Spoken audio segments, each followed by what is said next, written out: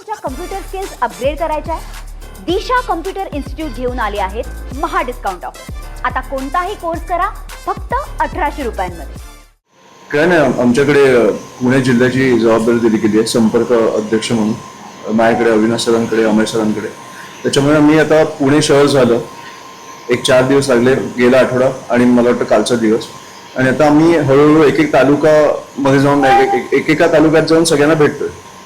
अशा प्रकारे रिस्पॉन्स आहे, कारण की तुम्ही एक युवा नेतृत्व करता आणि युवक मोठ्या प्रमाणावर पुणे असेल किंवा पिंपरी चिंचवडमध्ये आहे, त्यांना एक आशा आहे आपल्याकडनं. तर काय नाही, उत्तम प्रकारे रिस्पॉन्स मिळतोय. मी खरं सांगू तर अशा परिस्थितीत ज्या प्रकारे रिस्पॉन्स मिळतोय तर मला वाटतं खरंच एक लोकांची आणि साहेबांची जी नाळ एक जोडलीची गेली आहे, जे एक कनेक्शन आहे, तसं मला वाटत नाही कुठच्या दुसऱ्या पक्षात आहे. मला इतर पक्ष जे चालू आहेत आता ते तात्पुरते वाटतात. त्याच्यामुळे आमचं जे चालू आहे ते खाली ग्राउंड लेवलला जाऊन आणि जे कनेक्शन आहे ते मला वाटत नाही तुटणार. कारण मला वाटतं साहेब जे जाऊन तुमच्यासमोर बोलतात की मी ज्या कारणामुळे राजकारणात आलो, तर मला वाटतं ते राजसाहेबांना बघून आलो. कारण माणूस खरं बोलतो. ते माझ्या वडील आहेत म्हणून नाही बोलत मी, तर माणूस खरं बोलतो, आपल्या मनातलं बोलतो. कुठेतरी आता मराठी भाषेचा मुद्दा पण चालू आहे. त्यांना बघून मला असं वाटलं की अरे, आपण आपल्या भाषेला कुठेतरी आपण प्राधान्य देत नाही होत का, हे मला वाटलं आणि माझ्यासारख्या असंख्य लोकांना वाटलं. त्याच्यामुळे तो जेव्हा बोलतो त्याला आपण जे कनेक्ट होतो, त्याच्यामुळे मला वाटतं की हे जे नाळ किंवा जे कनेक्शन झालंय आणि मला वाटतं की खूप उत्तम रिस्पॉन्स मिळतो त्याच्यामुळे. एकेकाळी माणसाचे 29 नगरसेवक पुण्यामध्ये आले होते. पुन्हा माणसाला 30 दिवस येतील असं वाटतं नाही की तुम्ही आता कोणत्याही प्रकारच्या निवडणुका नाही तरी तुम्ही बैठका वगैरे घेतात. मोठ्या प्रमाणामध्ये युवक तुमच्याकडे जोडलेला असं आपल्याला पाहिजे. आम्ही निवडणुका नसताना आम्ही काम करण्यात जास्त मानतो, पण तेव्हा खरं लोकांना गरज असते. 4 वर्ष लोकांना गरज असते, 5व्या वर्षी राजकारण्यांना गरज असते. त्याच्यामुळे आम्ही जेव्हा लोकांना गरज असते तेव्हा आम्ही काम करण्यात जास्त आम्ही प्राधान्य देतो. एकंदरीत महाराष्ट्राची काय पद्धती, आपण संपूर्ण महाराष्ट्रामध्ये कार्यकर्त्यांना भेटताय, जे जुने कार्यकर्ते. मी अजून माझा महाराष्ट्राचा दौरा मला वाटतं जून किंवा जुलैमध्ये चालू आहे.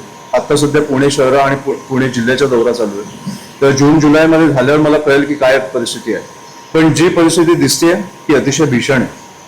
तुम्ही शेतकऱ्यांचा विषय घेतला, विद्यार्थ्यांचा विषय घेतला, महिलांचा विषय घेतला. आता मला वाटतं लाडकी बहीण पण थांबली आहे. हायकोर्टाचा निर्णय आला ना काहीतरी, की तुम्हाला जमत नसेल तर थांबवा ती गोष्ट, पण पैसे नाही आहेत बोलू नका, असं मला वाटतं की हायकोर्टाचा निर्णय आलाय. हो ना, तर मला वाटतं लाडकी बहीण पण थांबली. त्याच्यामुळे जे तुम्ही निवडणुकीच्या तोंडावर चालू केलेलं, ज्याला मी तर बोलेन की तुम्ही ऑफिशियली पैसे देत होता, जे अनऑफिशियल पैसे दिले जातात ती वेगळी गोष्ट. ऑफिशियली तुम्ही पैसे देत होता लाडकी बहिणीच्या नावाखाली, ते पण आता थांबलंय. त्याच्यामुळे आता 4 वर्ष आपण असेच राहायचं आणि मग 5व्या वर्षी परत काहीतरी योजना घेऊन येते. तुम्ही लाडक्या बहिणीचं बोलले, पण अजून एक भीषण समस्या आहे. तुम्ही एक युवक आहे आणि पुणे असेल किंवा मुंबई असेल, बसचे प्रमाण युवकांमध्ये खूप मोठ्या प्रमाणामध्ये वाढलेलं. हे खरं तर महाराष्ट्रासाठी असेल किंवा देशासाठी अतिशय गंभीर बाब आहे.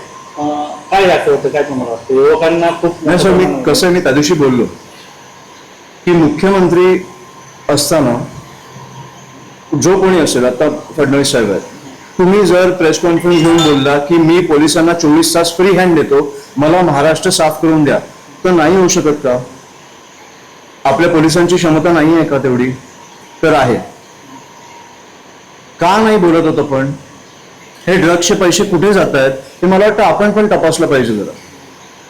एवढ्या प्रमाणात ड्रग्ज येत आहेत, शाळा कॉलेजच्या बाजूला आता ड्रग्ज विकायला लागले, हे कुठे जातात? त्या दिवशी नेस्कोला 2 मुलींचा मृत्यू झाला ओव्हरडोसनी. हे कुठनं येते बरं? ते नेस्कोचं झाल्यानंतर काय कारवाई झाली?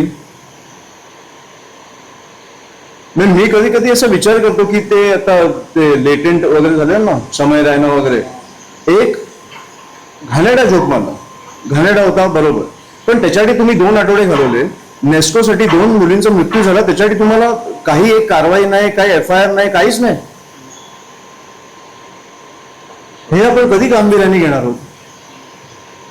बरं, आपण विषय झाल्यावर 1-2 दिवसात विसरून जातो हे विषय.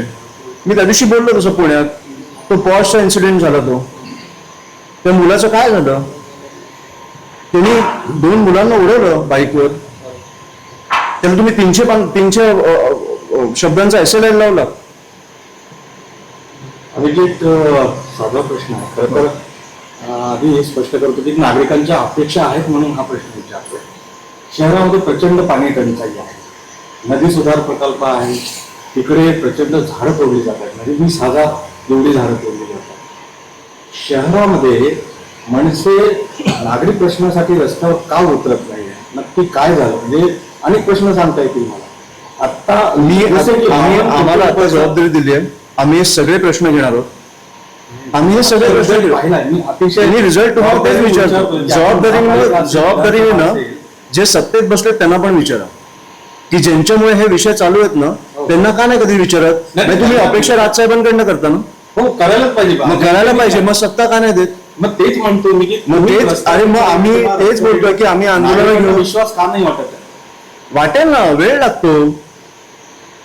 ज्या माणसांनी पहिल्या 3 वर्षात 4 वर्षात 13 आमदार आणले, नाशिकमध्ये सत्ता स्थापन केली, पुण्यात 29 नगरसेवक आले, मला वाटतं मुंबईत 28 आले, मग ह्याला विश्वास नाही बोलत का तुम्ही लोकांचा? म्हणता की आता सत्ता दिली होईल ना, वेळ लागतो. प्रत्येक पक्षाचा एक चढ उतार असतो ना, बरोबर होईल ना. पण मला वाटतं सत्ताधाऱ्यांना पण तुम्ही असे विचारूचा प्रश्न, सत्ताधारी ते येतात का तुमच्या समोर? आता 52 कोटी रुपयाचा भ्रष्टाचार झालाय, उघड आहे, आणि जो झॅपोनी केलाय त्याच्यावर गुन्हे दाखल करण्यासाठी कोणीच मागणी केली नाही. माणसाने मागणी तर करावी. आता करतो. आणि मला वाटतं आमची जेवढी जबाबदारी आहे ना, तेवढी पत्रकार म्हणून तुमची पण. आम्ही केलाय नाही नाही, पण तुम्ही पत्रकार म्हणून प्रश्न पण विचारले पाहिजेत. बरोबर.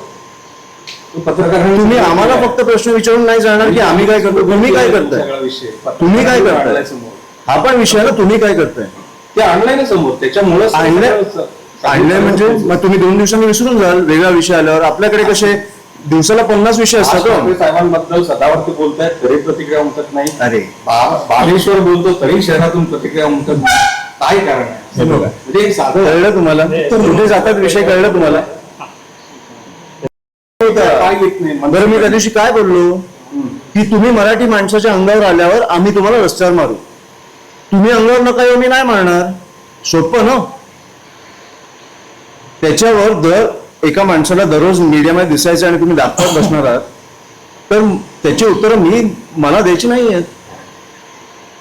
तुमच्याकडे अपेक्षा आहेत ना? नाही नाही, अपेक्षा आहे मी लोकांना मी उत्तर देईन. मला अशा फालतू लोकांना उत्तर नाही द्यायची.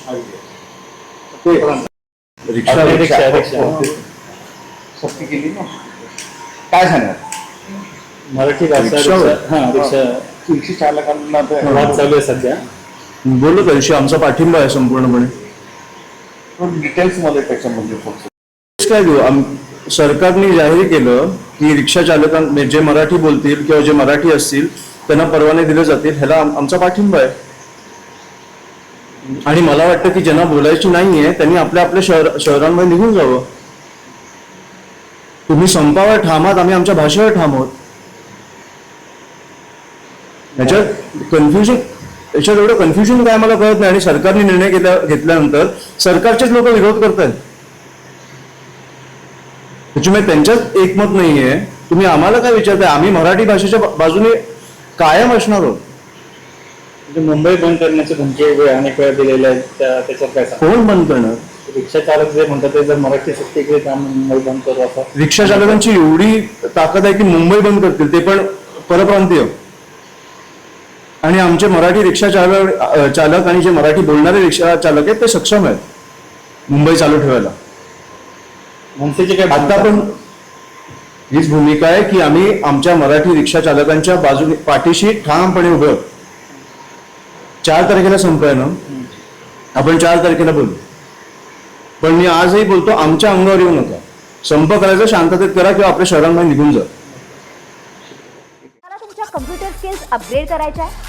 दिशा कम्प्युटर इन्स्टिट्यूट घेऊन आले आहेत महा डिस्काउंट ऑफर. आता कोणताही कोर्स करा फक्त 1800 रुपयांमध्ये.